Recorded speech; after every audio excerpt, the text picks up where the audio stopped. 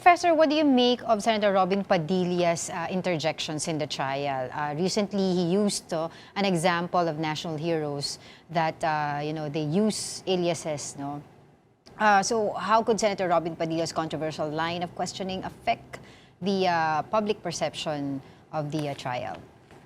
Dalawang bagay lang 'yan 'no, either marami pang Robin Padilla na mahahalal sa 2028 'no, katulad ni si Anjo Iliana talagang nagpaparamdam na sa social media ngayon ano.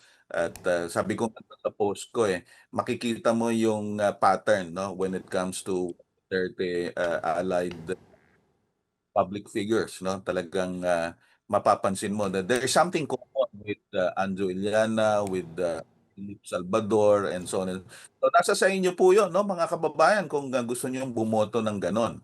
Ngayon, at hindi na natin siguro kailangan pang i-explain kung anong klaseng, senador meron ang Robin Padilla. Yung sinasabi niyang paggamit ng mga aliases napakalaki po ng kaibahan ng konteksto. Iba po yung lumalaban sa revolusyon, talagang ito at higit sa lahat kung lumalaban ka sa revolusyon, wala ka namang ginagamit na confidential funds doon.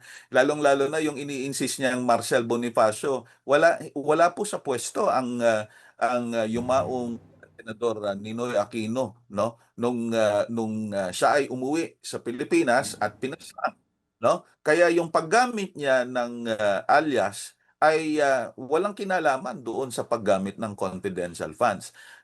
Unang-una po yung nangyaring, pandinig, hindi naman yung mga aliases ang pinag-uusapan. Ang pinag-uusapan kung papaano nagamit at kung papaano napatunayan na nagamit ng tama yung mga pondo ng tao, pondo po ng publiko ito, 'no? Kaya napakalayo po nung kanyang, interjection. At wala akong maalala na interjection ng isang Senator Robin Padilla na malapit doon sa pinag-uusapan doon sa trial.